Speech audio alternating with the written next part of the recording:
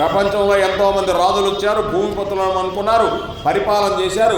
వారేరి గురువుగారు శుక్రాచార్యులు అంటున్నాడు, బలిచక్రవర్తి నాది నాది అని సంపాదించిన అన్నారు. ఏ కొద్ది కూడా పట్టుకెళ్ళలేకపోయారు గురువుగారు, ఇంత కూడా పట్టుకెళ్ళలేకపోయారు. ఎవరైనా పట్టుకెళ్ళారండి?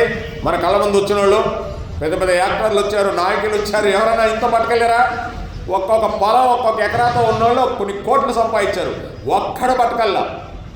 మన కళ్ళ ముందే ఏదన్నా పట్టుకెళ్తే భక్తి ఒకటే పట్టుకెళ్తాడు, పాపం పుణ్యం పట్టుకెళ్తాడు, అది అందరూ పట్టుకెళ్తారు. ఒక్క భక్తి పట్టుకెళ్ళాలి భగవంతుడితో, కృష్ణ పరమాత్ముడితో కలుసుకుని.